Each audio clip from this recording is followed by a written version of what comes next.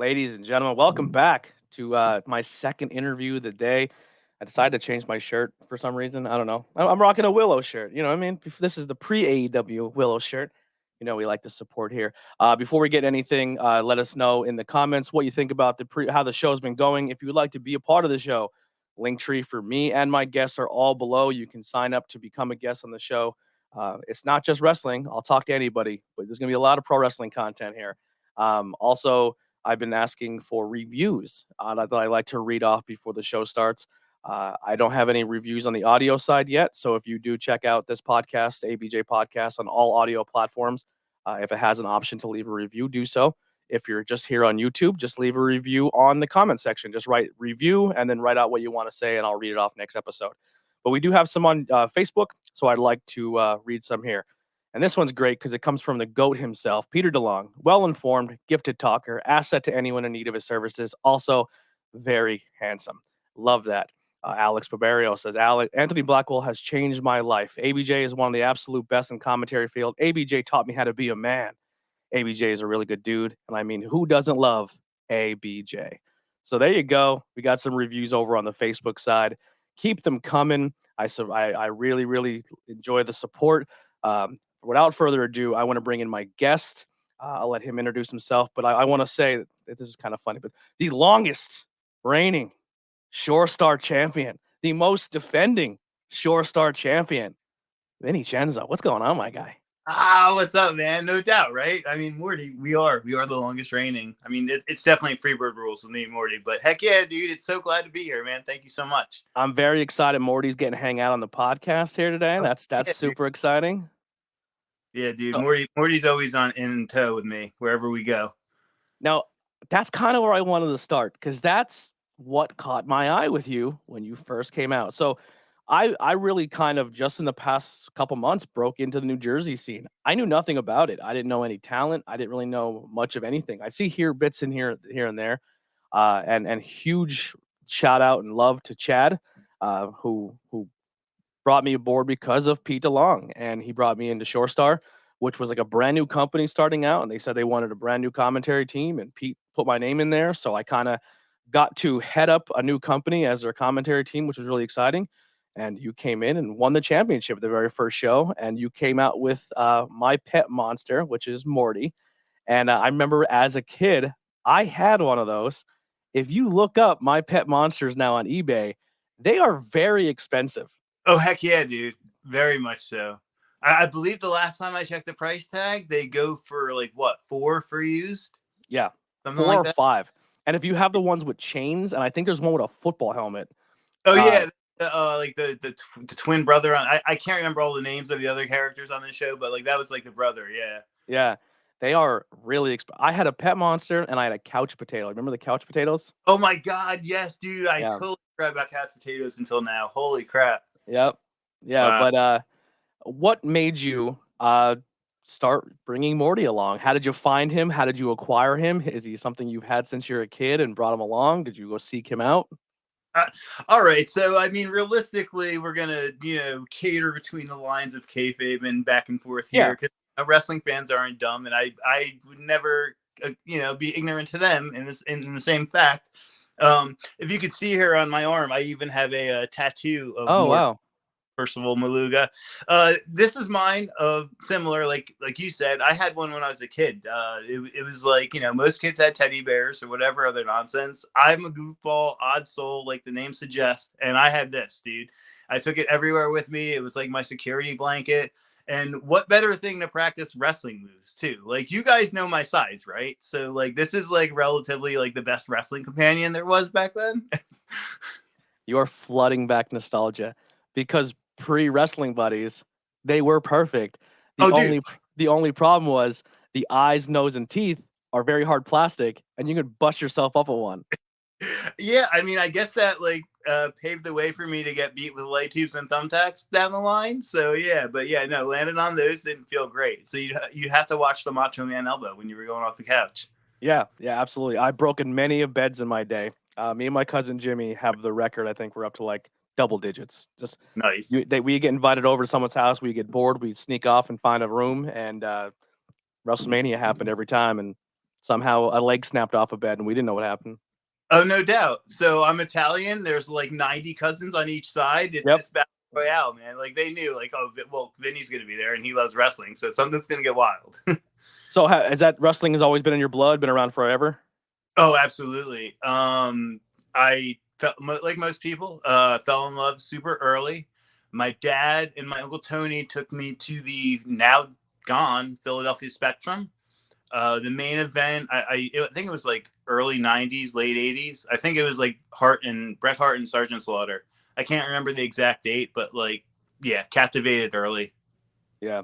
So that was like, what do you remember? Was that your first event that got you into it, or did you see it on TV first? Yeah, I had seen it. The Saturday morning live. What else? There wasn't Monday Night Raw back then.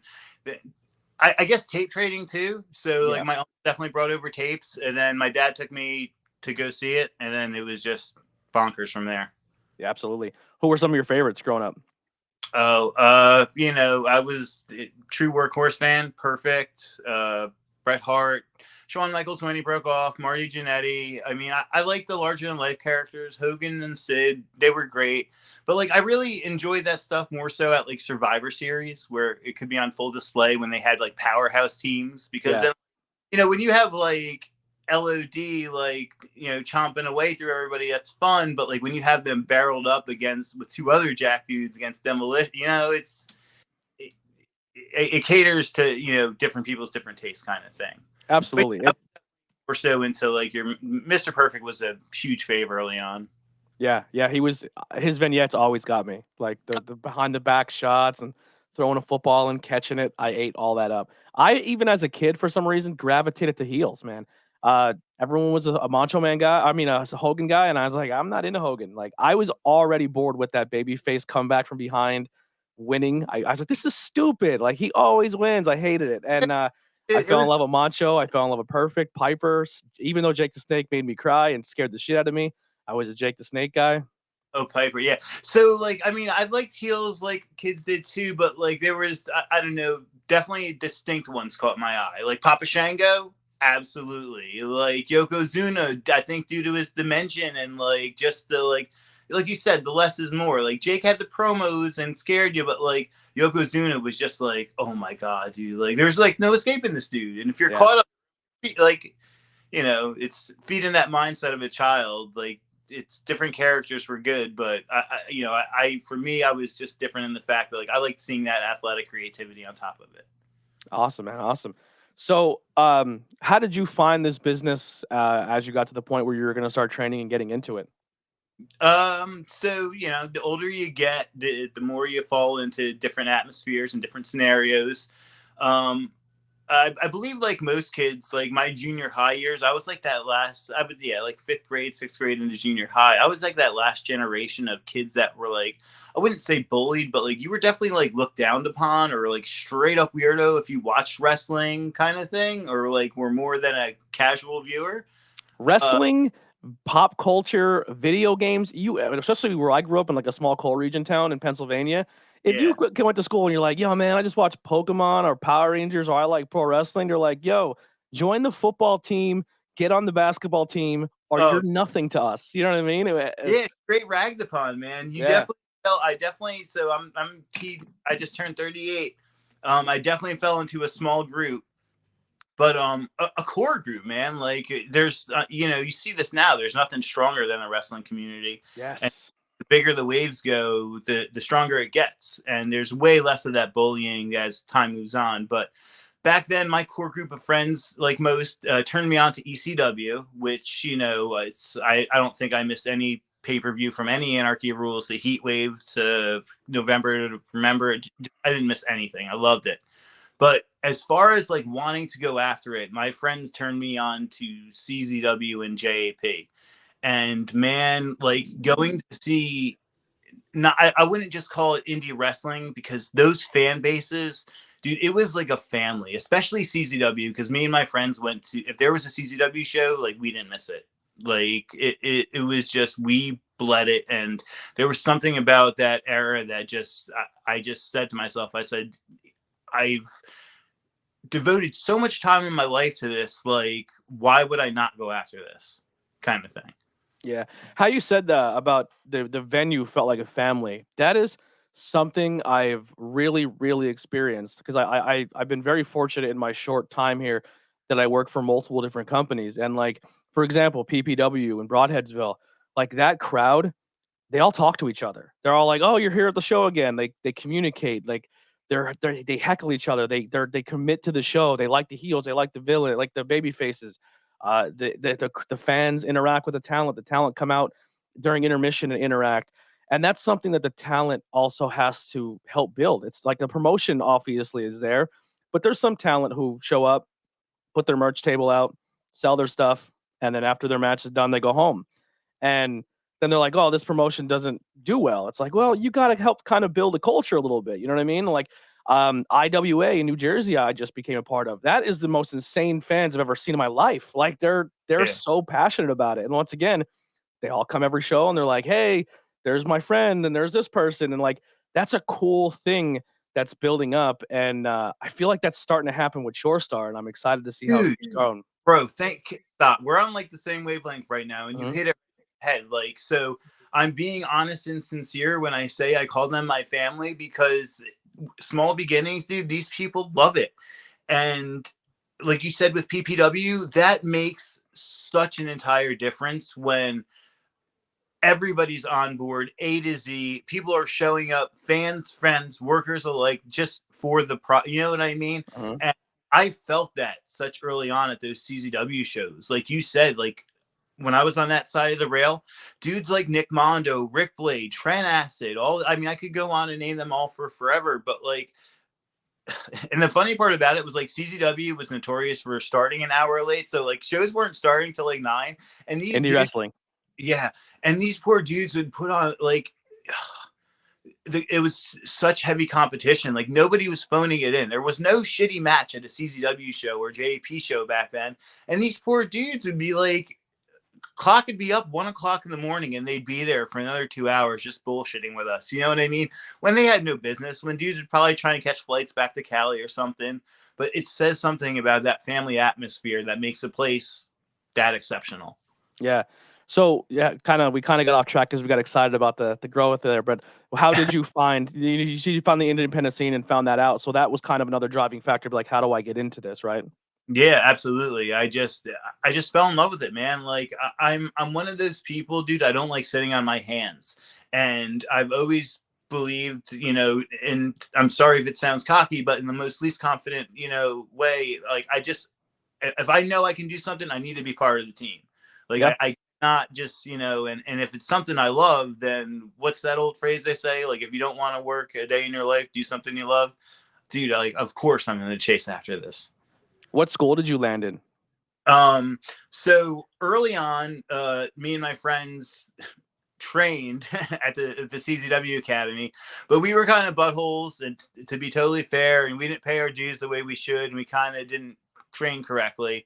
And we self-trained. I've been in the yard since 6th grade kind of thing, and Mhm. not that remotely counts, but like to say when I officially got trained properly, went through A through Z education, was I started in 2010 at the Monster Factory. Okay. And I went through the rigors of everything, not that, like a lot of rush shaking, but definitely through everything there. That's a prestigious school right there. A lot of names came out of that place. Oh heck yeah, dude. And it was really cool because me and my kid brother were like part of the reopening, and it was just awesome class I had started with, awesome group of people. Who's your favorite Monster Factory alumni? Oh man, it's so tough. There's so many to pick from. Yeah, definitely being a Jersey boy. Bam Bam I was is, gonna say it has to be Bam Bam. yeah. Yeah. Sheamus, dude, I for somebody who I didn't really care for to begin with, like I dug him, like I understood, where he's going and what he's doing kind of thing. But like over time, dude, what a fine wine, right? Yeah. Like so, He's hit a new stride this quarter of his career. Like this last couple months, he's been just on fire. yeah, so good. Yeah. So when did you got your training done? How long did you train before you landed at a promotion and start putting matches together? That's a super cool thing about the Monster Factory. Like you said, there's prestige there for a reason. Danny's never the guy to tell us no, not do something. He was always about go after it, chase it, but do it when the time's right. Like, Hmm. don't go out there and it's one of those things where like he didn't even like have to say that in certain terms. Like he's like, you'll know, just like, but just don't do it beforehand, because then one, you make an ass out of you and you make an ass out of us, kind of thing. Yeah. So there was definitely like, and I'm sure there is still there now, even with the insane amount of people they have going through there, which is awesome. But like, there's just that core, you have that respect for that place. So I would say I didn't really, it took me for like, I wanted to give it like a year and some change before. I mean, I did shows there. I think we did Turkey Slam like 6 months in. We did the Turkey Slam was like my debut there, but I didn't like, go out there and try to have clinics anywhere else until like a year after. Yeah. Now, you have this really cool thing about your wrestling ability because you do bring like that backyard death match grit and just psychoticness about your character and stuff. I haven't actually seen um that side of you too much. Mm-hmm. So I was doing some research about you, and there's a guy in the Jersey scene that I'm a huge fan of, and you guys have been tag teams for a long time. And this kid's a psychopath. You know what I'm talking about? Are we talking about Dirt Dog? Dirtbag N- Dan? No, Dirtbag Dan's a psychopath too. But no, didn't you team up with? Now I'm having a brain fart. I'm so much cold medicine to me. Natural Um, Born Charlie Bonifer. Bonifer, yes, Dude, Saito Death Squad. yeah, Saito Death Squad. So I was like, I haven't really like this guy's putting needles through his cheeks. He's taking like things to his forehead, and Absolutely. and you get down like that too. But also, you do have that technical side where the best way I can describe you, and it's maybe because it's your size, your frame, your heart, your determination, but you have like if Nick Gage and Johnny Gargano had like a baby. You know what I mean? Like, you know what Oh I my, mean? stop. Like You're making me blush, bro. That's the best compliment ever. yeah, you're like the perfect mix. Like you can go in there and you can do a legit wrestling match, or you can go in there and do a hardcore match or a death match or anything like that. And it's you're a very fun person to watch. Thank you so much, man. I appreciate that greatly, dude. And in turn, you're very much a fun person to hear. You and Pete, bro. A great team, dude. Again, that's why I'm super appreciative of being on here. To jump back around there, but first to say, yeah, Bonifer's a crazy dude. We are still very much an active tag team in the Saito Death Squad. But it's one of those things too where Bonifer, we just make sure in the same breath we want each other to get single shine, because he's, as much as I love my singles career, I am all about that dude getting the shine that he deserves too, because he's super talented. And whereas he may not showcase it as much, like you defer to, I'd like to be that chameleon, man. I don't know. There's just something about it where I feel like different atmospheres calls for different forms of Vinny Cenzo. Yeah.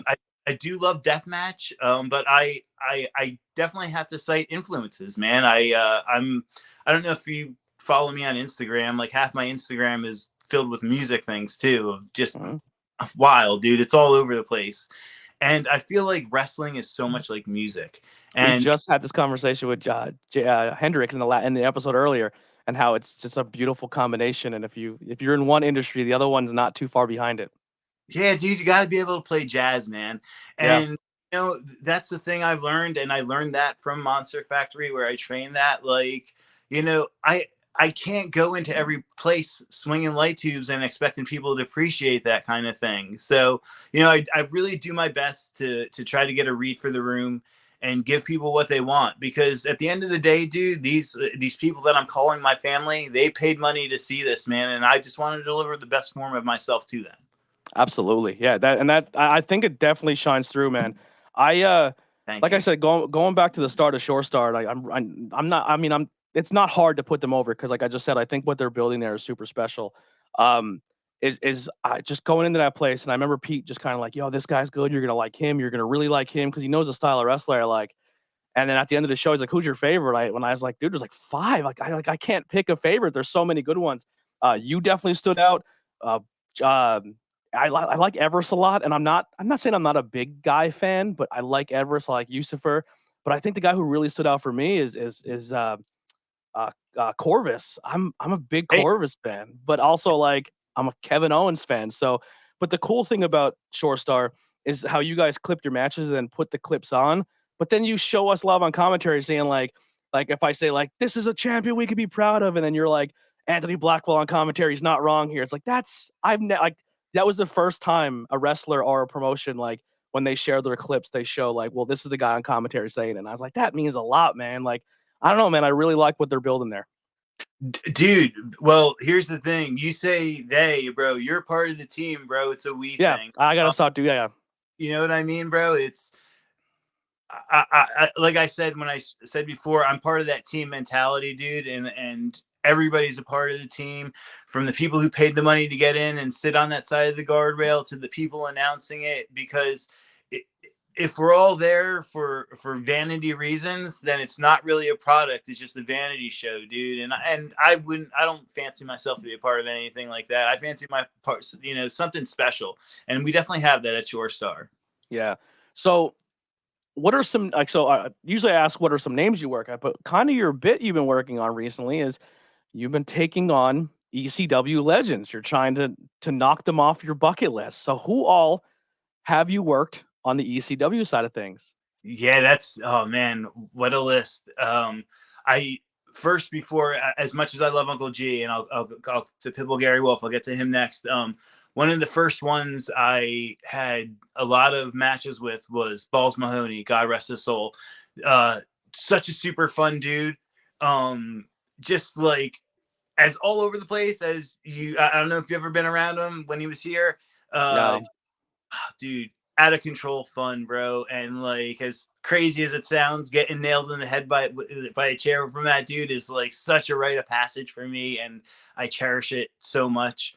I learned so much from him. And like, one of the weirdest matches in my career was me and Jeff Noyes versus Balls Mahoney and Superfly Jimmy Snuka. It was just like such a random match, and just like one of those ones that was like, I don't know how this got put together, but thank God for a dude like JD Smooth. I miss you, Smoothie, out in Indiana. That's my dude. And he just, man, something like that is just wild to say happened. Have you ever heard my Snuka story? No, I'd love to hear it. All right. So if you heard this before, I apologize, but this is amazing. So we go to a show in Hazleton, Pennsylvania. My aunt, she passed away, but she knew I was into wrestling, and she's like, "Hey, I'm hearing that there's a show here. It's like in a small little tent. Come up. Jimmy Snuka is going to be there." Now she knows Jimmy Snuka because he was so big at one time. So she doesn't know anything about wrestling, but she knows Jimmy Snuka was a big deal. So she brings me and my little brother up. Now me and my brother are 11 years apart. So I'm like maybe 13, 14. He's real young. So we get there early. We're sitting in the front row in this pop-up tent. And we get there and they make an announcement. It's like, hey, we have like special needs family. And if anyone's willing to give up their seats for the special needs family so they can sit, it'd be greatly appreciated. No one's moving. And then I look at my brother, I go, stand up. And I said, you can have our seats. And we're front row. Oh, heck yeah. And my aunt's like, what are you doing? I like, cause she kind of stood in the back. She didn't really care about being in front row. And my brother's like, okay, whatever. Cause he just followed me and we gave our seats up. So the promoter goes to me.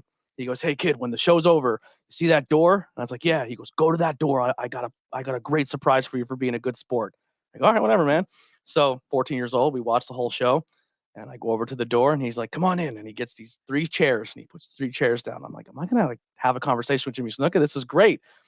Jimmy Snuka walks in, doesn't say a word to me, gives me a head nod to me and my brother, towels himself off, changes his pants and underwear in front of us. Oh, Jesus. Puts on a new shirt, puts his boots on, gets up and walks out. So we gave up our seats for a strip tease for Jimmy Snuka. Hell yeah. Oh, man. You'll dig this. That same match we wrestled him in, something happened where and where we're at is like literally right next to the hospital. So something happened in the match before us. Dude caught like a really bad stinger, and they had to like leave him in the ring. He had to kind of like get carted out, like he couldn't be moved. They're terrifying. Yeah, so we're like, we're like, okay, intermission, and we're next. I watched Jimmy fucking Snuka smoke. Oh, I'm sorry. Are we allowed on the cuss on here? Yeah, curse all you want. Bro, dude packs down a whole pack of Marlboro Reds, and I'm like, we're going out there. I'm like, bro, this dude's gonna have a heart attack. I'm not gonna send him off at all. I could kill him. Yeah. Oh man, too So who funny. else is on that ECW list? Okay, so yeah, definitely Balls, Pitbull Gary Wolf's been on there. Shane Douglas, Snuka's Justin. technically is also ECW. Yeah, Yeah. Eastern, right? Yeah, Snuka. Oh, God, no, no, not Jerry. I wish HC Loke. H.G. Loke. God, dude, I'm so old, and I'm such a stoner. So forgive me for my memory being rotten. I think you and Gary need to run it back though. Oh yeah, me and Gary, we've definitely run it a few times. He's awesome. I'd love to do it again. Keep I that believe, dilf out of it though. oh, Christian York. Christian York made me rip my underpants once. Yeah, chased me out of the ring. I ripped my shit right straight through. It was hilarious. I can't think of any offhand. I'm sure there's more, but if I think of them, I'll bring them back out there. Awesome, man. Awesome. So now you're the current Short Star champion, heavyweight champion. What are some other titles you have earned in your career or that you've acquired? I was a SWF heavyweight champion. Well, I was the SWF Grand Slam champion, the first ever one there. I've been tag titles there a few times. They're defunct now. I've won the Crossroads Tag Team Champions twice. First and only Val's Pals, Val Falzarano, Battle Royal winner. That'd be rad if they throw that back again. And a title I hold very, very prestigious. I believe the first player to complete a 3-point play in basketball for the Faces. Oh, okay. Did you hear about basketball? Did you guys? Yeah, I'm gonna be honest. I'm a chubby dude, right? And my body is destroyed. But before I got fat and out of shape and terrible and my body fell apart, I was a pretty decent basketball player. Oh, nice. And I haven't touched a basketball in probably 9 years. Looks like we're shooting But 2 weeks, baby. if the opportunity presented itself to play on the wrestling basketball thing again, I would 100% get on a court and play a couple. I'd go up and down the court a couple times. Yeah, I don't know if when I know Shane Fair put it together, man, and he did awesome. They raised a lot of money for the Valerie. I believe it was the Valerie or the Miracle League. Yes, the Miracle. Yeah. It was super rad. I hope they do it again. If he does it again, we're definitely rocking, dude. It'll be so much fun. Were you team heels or face? I was team face. Team face.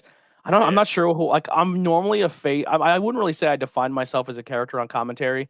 I have some fun as I've been playing around with heel a lot more in Jersey just because it's fun to like tear apart Jersey on commentary. Mm-hmm. But yeah, I don't know, man. That's the beautiful thing of working with Pete is because we have that chemistry where we both kind of like try things out just for a show. Like, hey, let's just for this show have some fun and give this a shot, you know. But it's fun, yeah. So right another thing I've noticed on your Instagram, besides music and besides professional wrestling, you're a bit of an artist. Oh man, I wouldn't fancy cartoonist. Yeah, I would. That's fair to say. I'm a aspiring cartoonist. I definitely took art class all growing up, but I never pursued it like for a career or anything. So I'm devoting as much time to it as I can. What is that like something that's a little stress relief for you? Like, how did that come about? It's definitely one of those things. I just, I'm like, I not that I'm having a midlife crisis or anything, but I'm turning 40 and I'm like, one of those things I feel like before age sets in, just keep the hands and eyes active. How many times a day do we catch ourselves just staring at our phones like this, And I'm guilty of it just as much as anybody, dude. Every wrestler, we got to be on social media promoting our shit day in, day out. We got to make sure we're sharing for these promoters.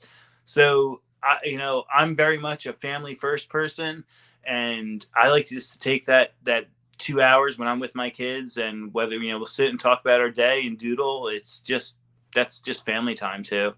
Have your wife and kids ever do they go to your matches a lot? Oh, so me and Kat aren't married yet. Not even, but we're on the path. We're getting there. Kat's super supportive, and my kids are super supportive as well. They come to as many as they can too. Now, have they ever came to like one of your crazy blood table ones? I try to keep them away from the full blown deathmatch stuff. Cat'll come to it. She's not super stoked about it, but I she feel like you're like Mick Foley in the back, like they're in that, like in the behind the beyond the mat where Mick bleeds. Like it's okay, kids, and he's like bleeding everywhere. So actually, I got my sister's boyfriend is kind of not too privy to wrestling at all, and he wanted to come out to an event because he had been dating my sister for a little bit. So I have the bright idea of a dude who's super squeamish by blood to have him come out to the one where I was on John Wayne Murdoch's Violence for the Sake of. And man, it was hilarious because he was passed out. Satu took his machete and gave me the old bop, bop, bop, slice, slice, slice kind of deal. And I started to bleed buckets. And I'm looking over and I could see him like in between like the blood filling on my eyes. And he's like pale white. Yeah, I understand the allure of deathmatch wrestling. It's not 100% for me, and it doesn't help now that I'm becoming more friends with people in the business who do it because it terrifies me, man. Like I think the biggest fear I have on commentary is having to do that moment where something serious happens, you know? Oh, yeah. Because I like I said, the Jersey scene has been really cool to me. Where and all the companies I work for is really cool. Where commentary, we feel like we're part of it. You know what I mean? Where I like when I first started doing this, I thought like commentary isn't. Who cares? You know what I mean? They just throw anybody in there. It's not a big deal. And that environment and culture has changed because of I think there's a lot of really talented people who are filling those shoes and starting to show that like no, if you book really good commentary, it's going to change your aspect. Like in PA, you got myself, Paul, Paul Bow, Pete DeLong. In Jersey, you got Alfonso and John Weiss and Bob Culture. You know what I mean? Like they're like we're really setting a higher bar for what independent wrestling has to do when it comes to commentary. And it's kind of dope that we're all kind of putting that effort into becoming better. But yeah, it sucks, man. Like I that's the biggest thing I dread is like I see like a spot happen and I'll like reach over and grab Pete and I'm like, and I'll be like, is he all right? Like, yeah, it's scary. But I couldn't even. I'd never done like I think the closest I got was that Pro Wrestling After Dark with Corvus and Bonifer and their little light, but like the light tube stuff. But I was like, ooh, I was like, you guys are nuts. Yeah, I believe Fringe too. That's the thing. Like, that's why, like you said, we're jumping back to the chameleon thing. Like, I'll never fancy myself like a full on deathmatch worker because I would never want to do like give them disrespect. You know what I mean? Because there's these dudes who, man, and they police it so well because there's these dudes in places like GCW and ICW and these premier companies who are actually putting on not just stories, but like these epic encounters, and they can only be as safe as they can. But like you said, it's so hard to raise the bar, right? Mm-hmm. Like it's tough, and like something that sticks out to me huge, and it's I can't remember which show exactly, but Jimmy Lloyd did one. And I think it was like a bed of knives or saws or something. And man, this thing, it just went so deep into the poor dude. And it's like you said, man, as safe as they can be, as silly as that sounds, they do. But like, it's something that can go so south so quick. And I can't put myself full blown into that venue because I value my relationship with my kids more. And I'm not trying to be, hospital ridden. Yeah.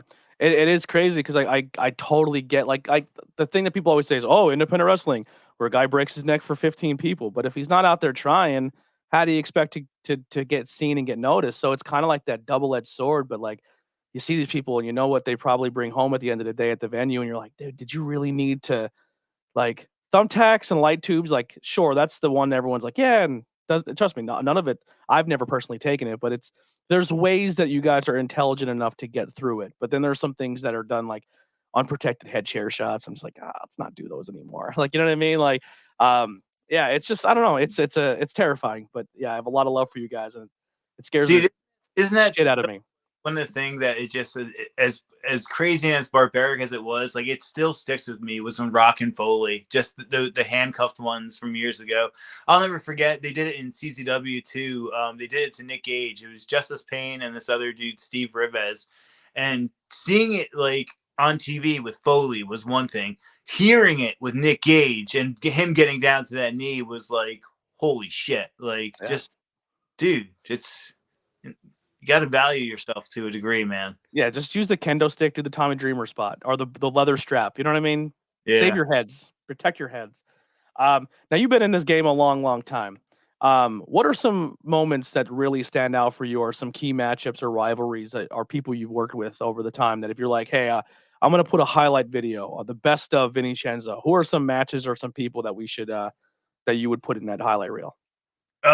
While we're on the Shore Star subject, this sound God makes it such a hard thing to say sometimes.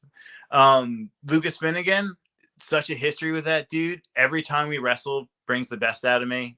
So that's why I'm definitely super stoked for this one coming up, because it's been a minute since we've had a singles run. TJ Marconi, absolutely another one that I've had some just just go out there and it's like, we're going to apologize later if we're feeling friendly about it kind of thing. And just the fans there feel it. We felt it. Just, I definitely good vibes from those matches with TJ.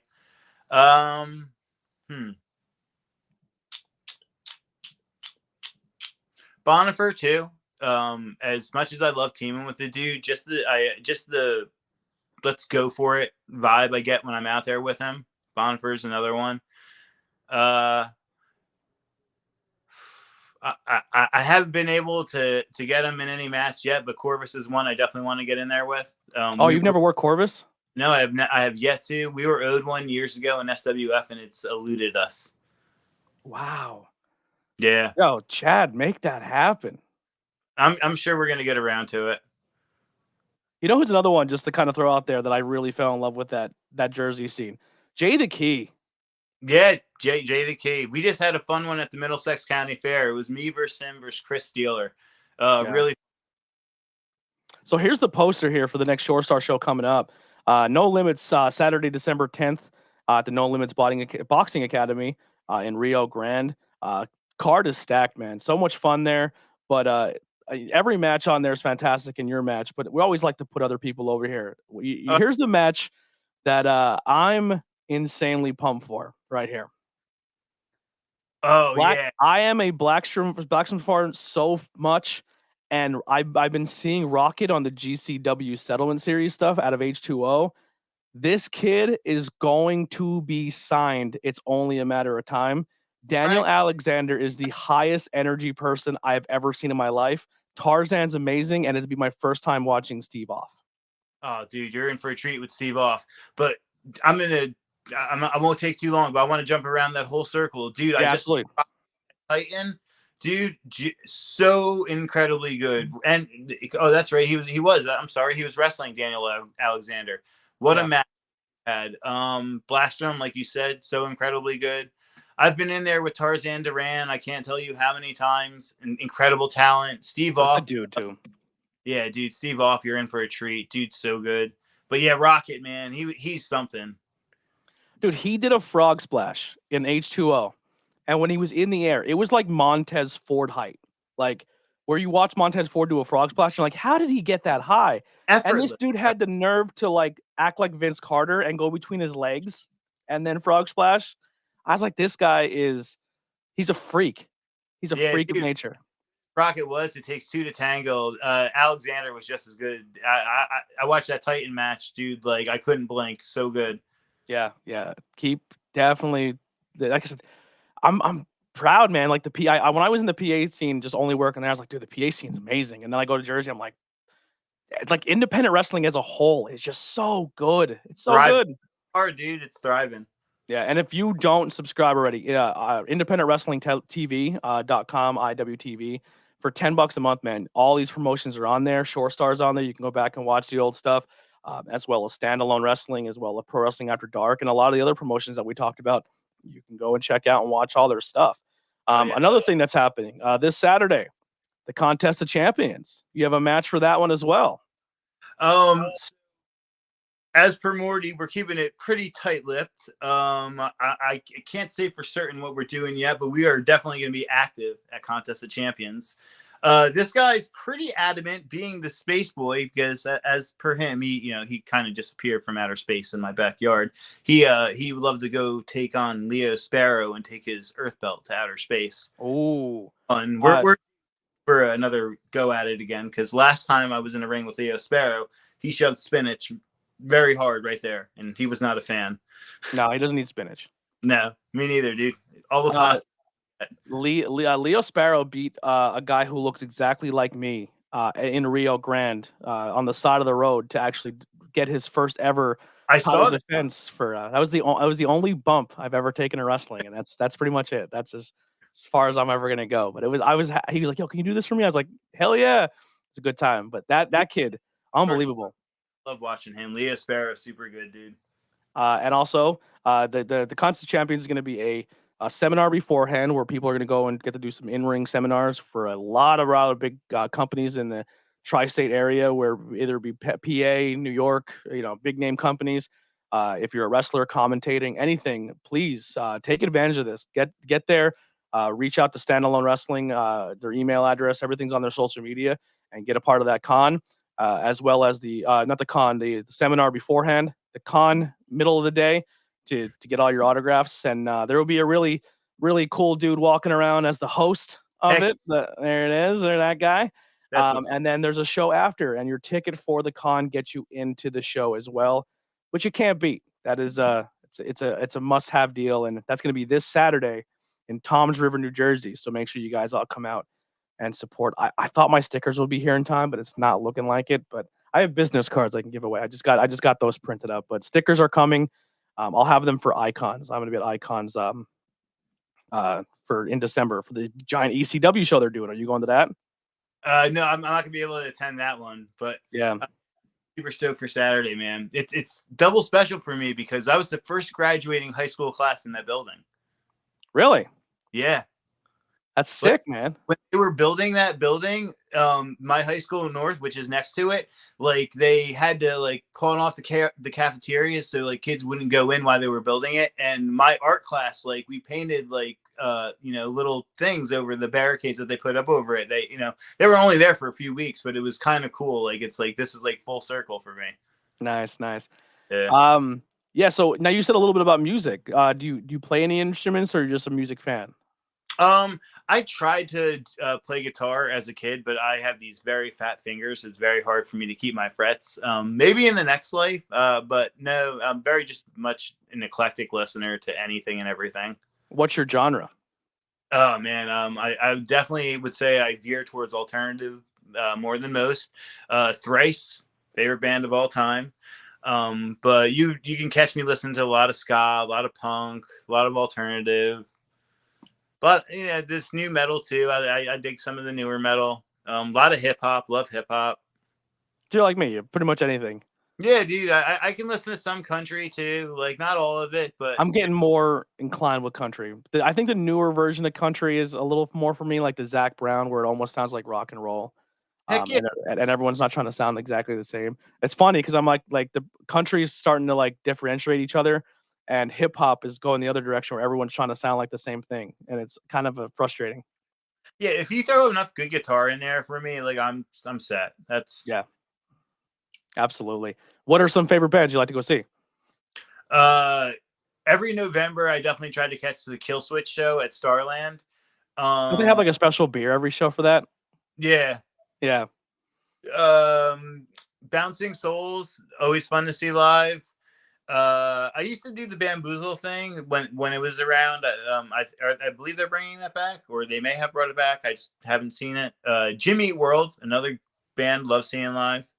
So when my wife was in college, she went to Bloomsburg University. We were walking by, and it said free show for students and a guest or whatever, and it said just go to the gymnasium, whatever. It's a free concert, and I looked at it, and it was Jimmy Eat World and Paramore. And at the time, they were not Jimmy Eat World and Paramore. Like they were just like up and coming. And I was like, I want to go see a show. And she was like, I'm not really into that.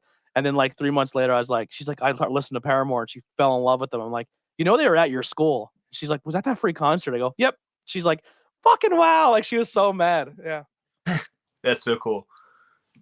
I just went and seen Gwar for the first time. Have you ever experienced a Gwar show? Yeah, years ago I went. It was sick, dude. So with my body thing and my joint disorder, there was no chance I was getting in that pit. And I was like, man, like I want to bring home the experience of You know, the fucked up Up. T-shirt. Yeah. So I had a friend. She is an absolute maniac. So I went and bought the white glow in the dark war shirt, and then Dude, she took it into the pit and got it destroyed. yes, that is so Dude, cool. so much fun. That is a great band. Another one I love gimmick and wrestling stuff. Steel Panther. Did you ever go see them live? I have not seen Steel Panther live. I wish I They're a had. good time. I love hair metal. That's kind of like my Heck yeah. secret. Yeah, but yeah, it's awesome, man. Anything else that you do for hobbies besides your art and music? Are you a Um, gamer? no, I'm awful. So I'll play my son in FIFA, and he definitely whips my ass. But I have FIFA's hard to learn. yeah, Rocket League's a fun one too, where you're the car playing Mhm. soccer. That's still whips my ass in it. But if we were to take out the 64 and we played GoldenEye, I'd murder him, slay him. GoldenEye's coming back. Yeah, dude, I saw. That's dope. Yeah. And play the Ninja Turtle games too. There any Ninja Turtles game. They had that Cowabunga collection thing. That's Did you see the Shredder's Revenge? Did you play that one yet? Yeah, we got that for the Switch. Oh, so good. What a good retake, right? They did so Yeah. good. Real quick in the chat, Mick, I know you're here, buddy. I'm doing an interview, man. That's why I put your thing in there. We see you. I love you, brother. But yeah, thank you everyone in the chat. If anyone has any questions, put them in the chat and we'll get to those right away. Because we are getting closer to the ending of the show here. But what are some future goals or plans for Vinny Cenzo? Definitely gonna try to hold on to the Shore Star Wrestling Heavyweight Championship for as long as I can, dude. I believe that with having it becomes that responsibility of defending it. I'm gonna defend it as often as I can, as long as this body will allow. Who knows where and when it'll end up? I'm kind of on and off active with UWA Elite. I very much would maybe like to make a return to Titan. PPW sounds like a place I would love to make a debut at. I keep it close to the chest. I'd very much like to be a surprise, but definitely standalone wrestling and Shore Star are the core of my place right now. And we'll see where we go from there. Now, I know in this industry,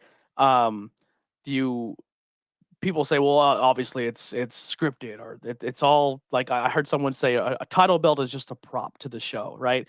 But there is something to it, right? Like that's the company saying that I have enough faith in you to put a title on you, and not just a title, but the main title, and I want you to you're going to be the face and the brand of my company. You're going to be my main event guy. You're going to be the person to help carry this in.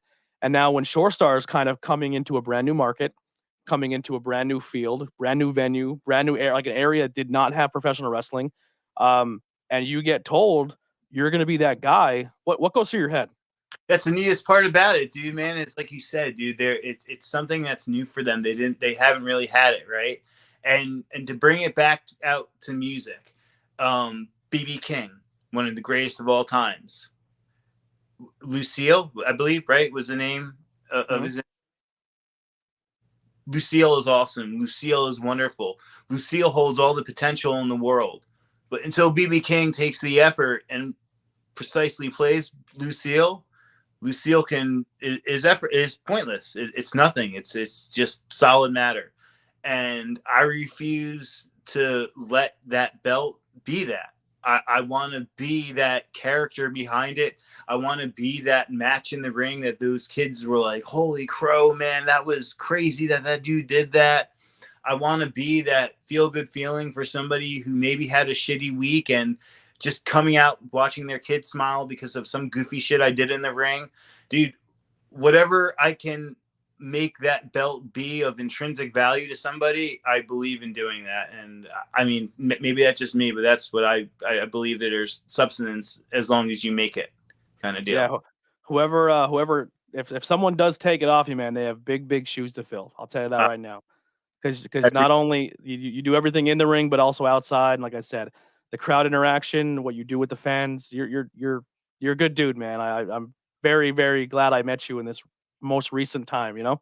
That feeling's very mutual, man. I was just, you hear it from dudes like Preacher and dudes like Danny who taught me growing in, just you want to leave it. I know it's a blanket statement, but you want to leave wrestling better than when you left it, right? Yeah.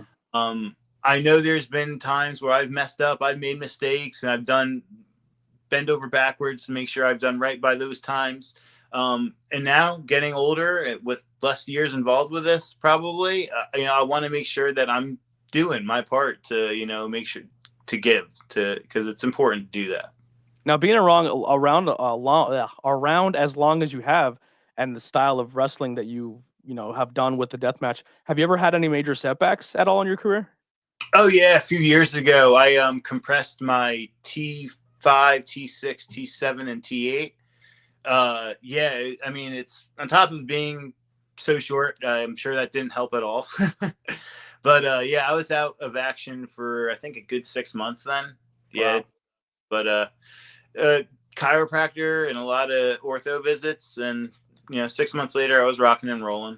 Love that. Yeah, I can't wait to see when Bonifer is 100% because I've only been watching him work on a bum leg for the entire time, and I think he said he's taking a month off and then he's gonna come back. He doesn't need surgery or anything, but I'm excited for that because I actually want to see that guy go. Because even Pete was like, "Yo, if you like him now, wait till he's 100%." Right? Yeah, he's itching. I told him, I was like, dude, you gotta be careful. Philly Mike went through the same thing last year. I was telling him the same thing. I was like, yo, I know you guys are now in the impressionable time where you want to go balls to the wall and you're making a name, and I'm 100% not being that dude. Like, do it. Like, absolutely do it. But like, just try your best to be safe while doing it. Because You know what match is a great example of that, where you can have fun, you can do crazy shit, and 100% you're leaving safe as possible. And the blueprint of that is what you and HC Loke did at the first show. Yeah, dude. It looked crazy to wrestling fans. You went through a door, maybe a little earlier than you were supposed to. There was chair shots. There was spit on you. You jumped off things. The crowd followed you around the building, but it was Right? as safe as you possibly could be, and it was done smart.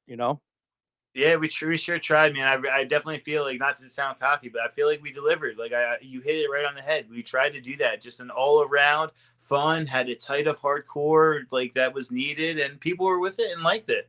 Yeah, and those matches look great, and they hit all the marks you want to hit, but it's going to save a lot of years on your career. You're not risking a giant dive to the outside and hoping someone catches you, and they don't, and then you bust your head open. I'll tell you what, man. I watched this one guy. I think he's from Pittsburgh. He showed me a video of him doing like a 450. He was supposed to land on a table on the outside, completely missed it, head off the ground, split his skull. He's like Phoenix something. I forget. I'm having a brain fart. But Yes, I what's that? remember. Yeah, the dude Sean Phoenix. Sean Phoenix, yeah. And I was Yeah, like, where did you do that? And he's like, oh, in PA. I was like, thank God. So you probably would have died in Jersey. yeah, it gets crazy, man. Yeah, it's terrifying, but it's good to see, like, as you progress in your career, you can still do those crazy deathmatch and crazy things, but you're using your intelligence to do it, but safely do it. Yeah, a lot of it goes into taking care of my body too. A lot of people notice I had a big weight loss journey this past 2 years. I seen that. I was just about to bring that up. But yeah, dude, I do a lot of stretching every day, and it's super helpful. I devote at least 15 to 20 minutes of it before I go off for my work day, and it's definitely been a game changer for me. I was doing the DDP yoga for a little bit and I backed off on it, but I have to do more. Yeah, dude, I'm telling you, man, if you find the time and make the time for it, it's so helpful. It's so good on the body. Mhm. Yeah, it was really really good, but I was trying to do too much at once, but this new rebrand of the podcast and everything is going to be good. But no questions in the chat. So anything else that you want to wrap up or get off, or something that you want to talk about that we didn't have a chance to? Oh no, man, I feel like we covered a lot, dude. I had a blast, man. I really Same appreciate here. you on, man. The goal for this podcast is I like doing them remote and hanging out with people, but I want to do more on location. Like I want to, like, at shows, sit down with people and record. I have the equipment to do it, but I really want to get more when it comes to on location, but do multi-camera. So I'm saving up for some GoPros, because with my joint disorder, it's a lot easier to just carry everything in a backpack than all of my shit that I used to carry with. But Awesome. anything that people can do when it comes to support, like liking, Yeah, there's, like I said, the donations, the donate. merchandise.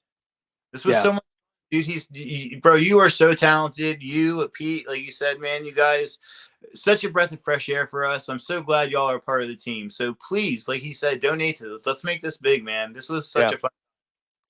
But and if you want to be on the show, check the links below to sign up. I did get a message. I usually don't do this. I don't play on my phone during an interview, but my phone kept blowing up. I got a message saying, listening to you talk to Cenzo, he's awesome. He's an awesome guy. Ask him about our friend Mikey. Oh, okay. That's probably Sean McGee. It is a Sean, yeah. Yeah, he's my sponsor for the upcoming Shore Star show.